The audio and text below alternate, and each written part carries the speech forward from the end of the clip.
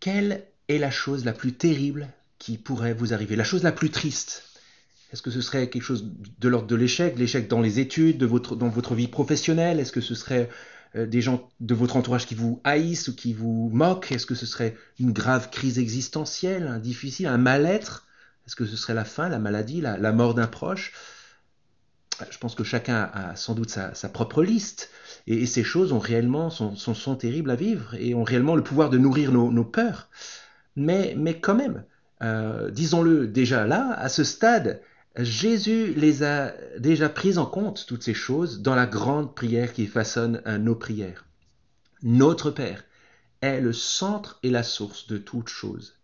Il est puissant, il pourvoit, il est là, il prend soin des siens sans faillir et jusqu'au bout, dans les moindres détails.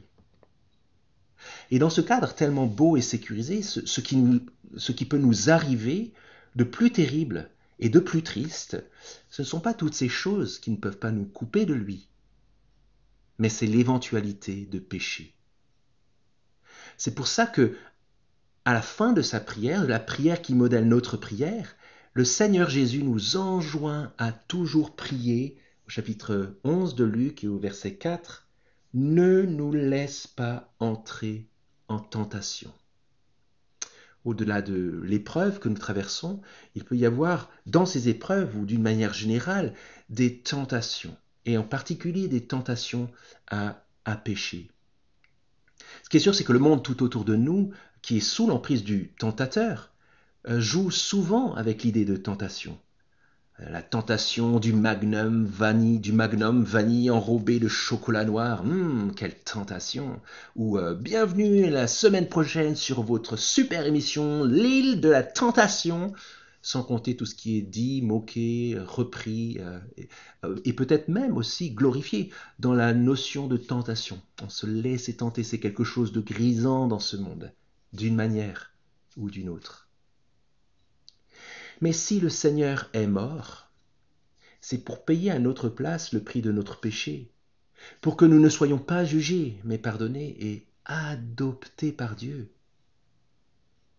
Alors ce qui est vraiment terrible, ce qui est vraiment profondément triste, c'est que le péché continue pour nous d'être une chose banale, une habitude, parce que c'est comme ça et que personne n'est parfait. Comme si nous n'avions jamais été transportés par Jésus dans une nouvelle relation magnifique avec Dieu, notre Père. Alors tout ça, ça ne veut pas dire que notre péché aurait le pouvoir de nous arracher de la main du Père. Ça, c'est pas possible. Non pas non plus que notre péché pourrait disparaître, que nous ne puissions plus jamais pécher. Ça c'est pour le ciel. Mais plutôt que le péché est une offense qui attriste profondément le Père et son esprit qui habite en nous. Et aussi parce que le péché peut altérer nos sens, brouiller nos perspectives, relativiser nos valeurs, changer nos priorités, casser notre joie d'être avec lui et chercher notre joie ailleurs qu'en lui. Priez que ton nom soit sanctifié, que ton règne vienne, comme on le voit au début du Notre Père, sans le supplier qu'il nous garde de la tentation, qu'il nous garde de péché. Ce serait un peu comme dire par ailleurs, après avoir prié que ton nom soit sanctifié, que ton règne vienne, c'est comme si on disait après, ouais ben en fait non, que mon règne vienne, selon mon point de vue, selon mes impatiences, selon mes priorités, selon ma volonté, selon mes forces et mes ressources. On n'est pas en train de parler là de quelqu'un qui vit sans Dieu, mais de femmes et d'hommes qui ont déjà Dieu pour père et qui risquent de retomber dans ces vieux travers. C'est ce que dans la Bible, les auteurs appellent le cœur partagé, l'homme partagé, et même parfois le cœur adultère. Étant marié avec l'un, on se détourne et on se marie avec d'autres choses, et on recherche d'autres choses. Nous voulons nous arrêter là, dans ce texte, et poser une question et un défi. D'abord, une question en rapport avec ce qu'on vient de voir. Père, ne me laisse pas entrer en tentation. En quoi le fait de prier cela va transformer votre journée? Et puis ça nous conduit à un défi.